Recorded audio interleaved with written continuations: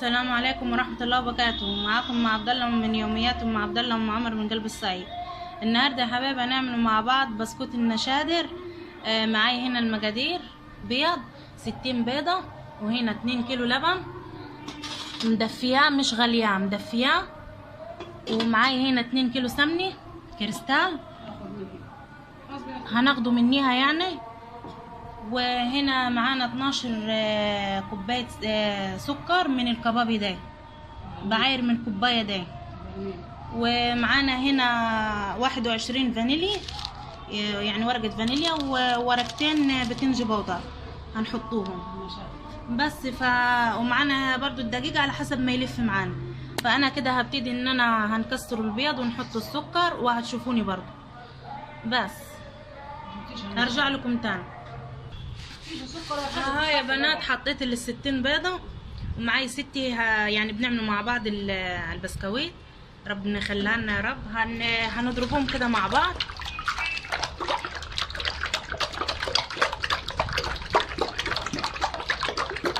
مرضيش اضرب يعني احطهم معاكم في الماجور، اكسرهم بيضة بيضة عشان ايه؟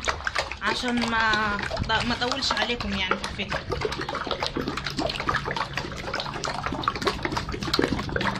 لازم اضربهم ضربة كويسة كده.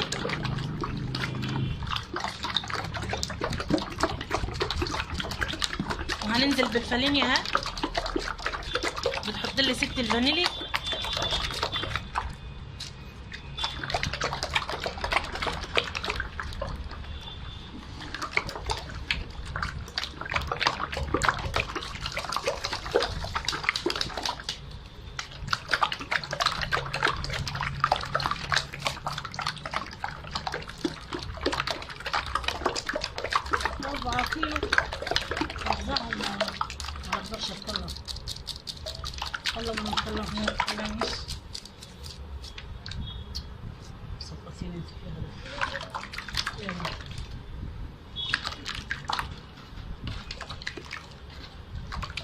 هنحط الفانيليا وهبقى هرجع لكم تاني بس عشان ما اطولش عليكم الفيديو.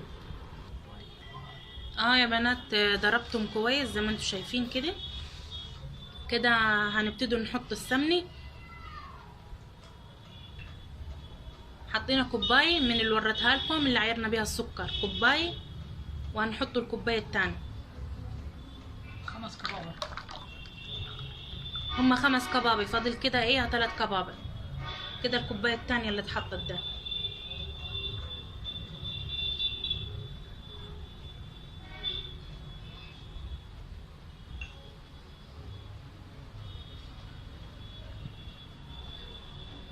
ادي الثالثه.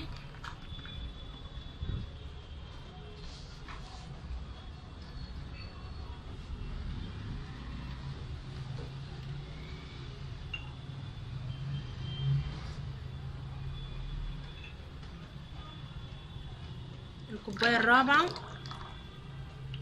لازم يعني يا بنات البسكويت بيبقى بالمعيار.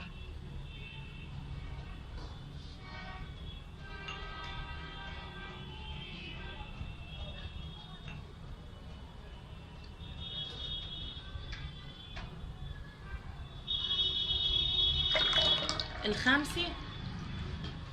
كده هبتدي ان انا ايه ادوب فيهم كده.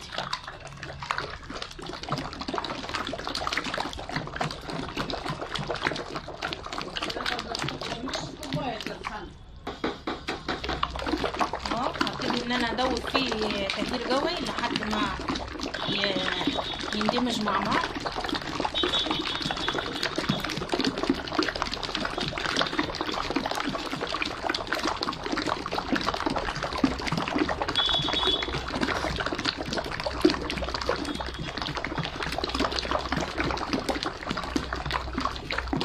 انا هرج فيه كده يا بنات، هضرب فيه لحد ما ما يندمج مع بعض، واول ما احط اللبن هرجع لكم تاني. يا بنات كده هحط اللبن 2 كيلو كلهم.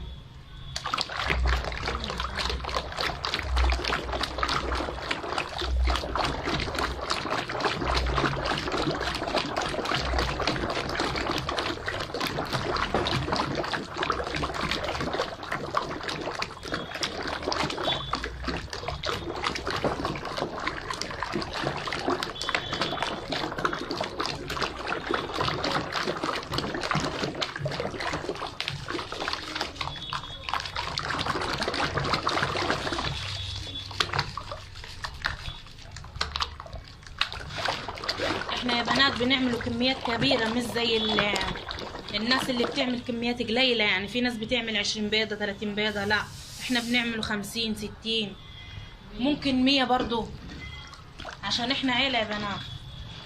بسم الله الرحمن الرحيم. حطينا السكر زي ما انتم شايفين وهدوبه كده برضو.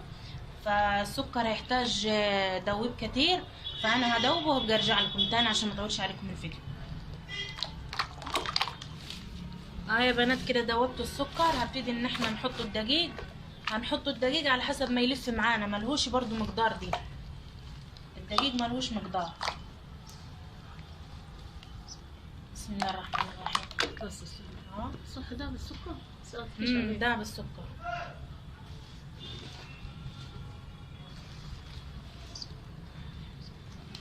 حطوا الدقيق اهو. ده دقيق قمح يا بنات. قمحه يا ستة، قمحه وفينو. تضربش عليهم.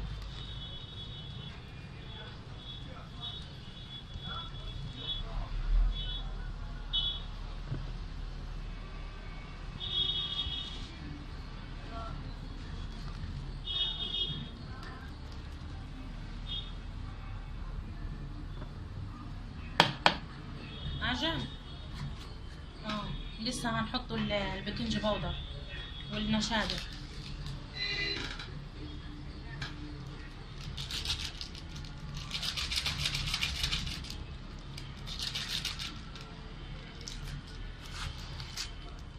اهو الكيسين البيكنج باودر كله ما يتحطم.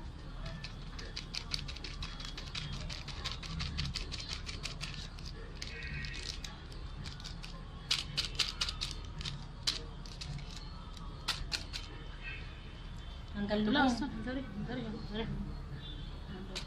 اداريهم كده يعني. احطهم بين الدقيق يعني عشان ما يستهواش. كده هنبتدي نحط النشادر. بس النشادر دي مش عارفه هتحطها كتير ستي كلها ولا هتحط نصها. الكيس اللي وريتهولكم يعني نشوفوا برضو هتخلي منيهم ولا هتحطهم كلهم. لازم النشادر يا بنات يتنخل في غربال سلك اهو.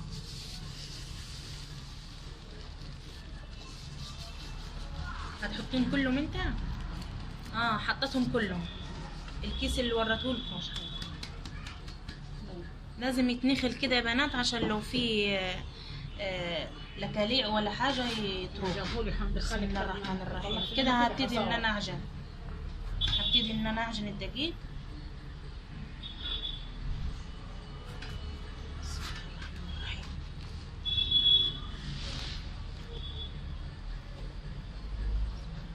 هو يا بنات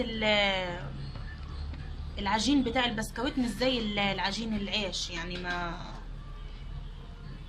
مش بنعجن فيه كتير يعني عشان ده بسكويت ناعم.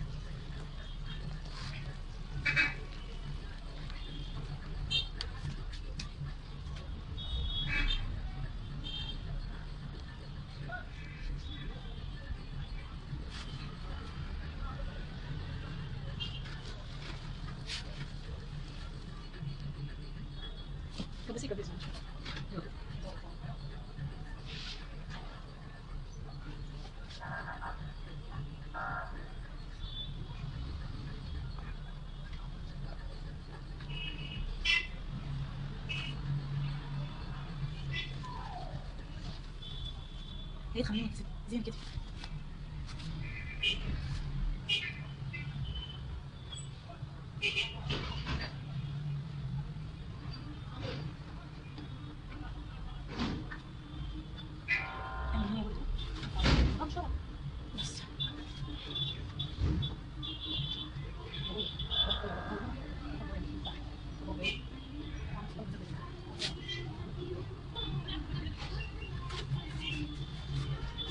لسه دي بعجن فيه يا بنات.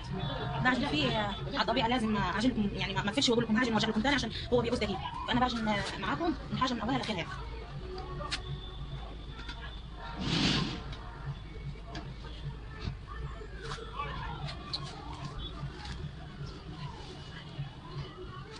استنى دقيق هيبوظ. هي عارفه المعيار يا بنات.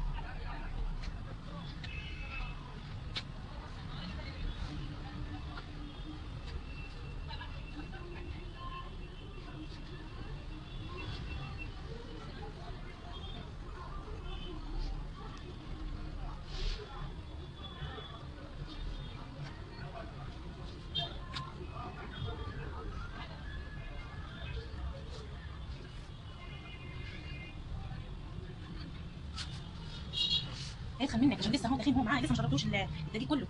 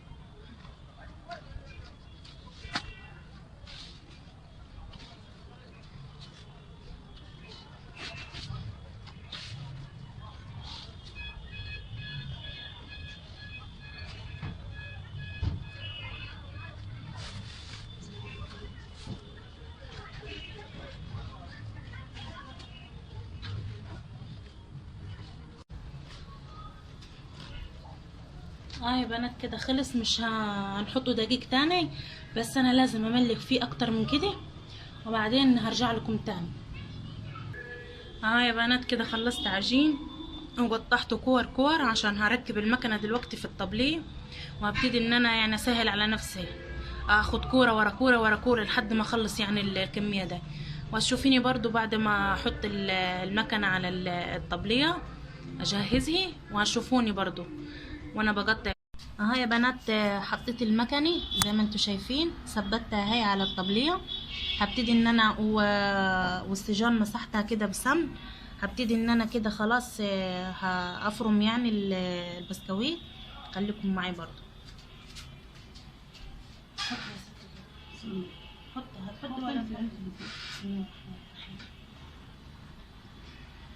احط كوره كده من اللي انا عملتهم اهو في المكني. بسم الله الرحمن مفيش رجعت الجولة المفروض ما تاكل في العجل.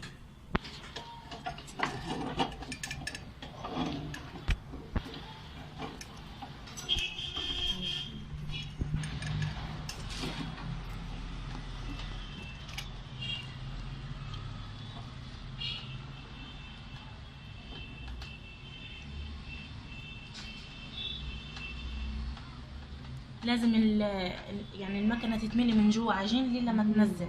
انا عارفة بس عليها بنتنزل لسه ما نزلش. بتاخد العجينه كلها طبعا يعني لما بتنزل. بسم الله الرحمن الرحيم. ولازم ادوس على عجينه قوي عشان تطلع شبعانه البسكويت.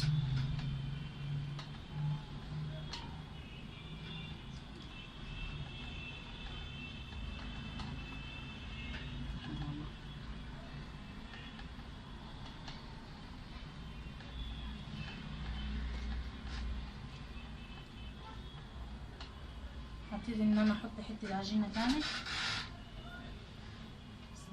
تخن شوية.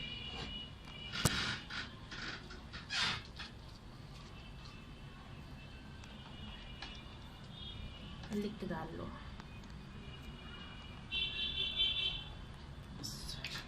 بس سيبها على كده.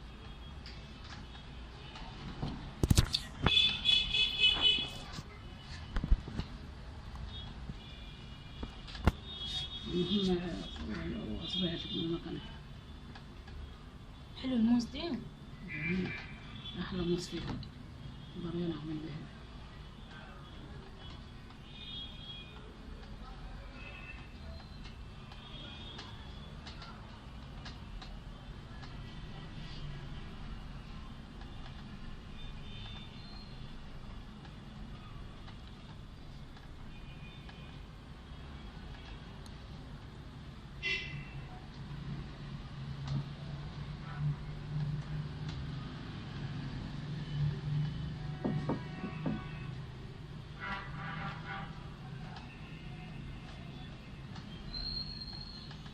كده يا بنات هخلص الكمية كلها اللي معانا بإذن الله، وهوريكم برضو يعني قبل ما أرص في الفرن اللوح اللي عملته.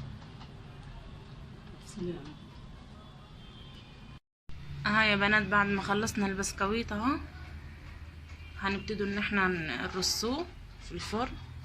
هو يا بنات مش بيحمل نار، يعني بياخدش حاجة في الفرن وبيطلع اهو. يا رب يكون الصورة واضحة بتاعتنا ويعجبكم الطريقة بتاعتني اهو. كل واحد على حسب مقدرته يا بنات. ممكن في ناس بتعمل 30 بيضة، في ناس 20، في ناس 50، في ناس 100. فيعتبر برضو يعني كل واحد على قد مقدرته اه. ولسه في تحت الكنبة برضو حاطين اهو، تحت الكنبة حاطين اهو رصينه، وتحت الكنبة التانية برضو.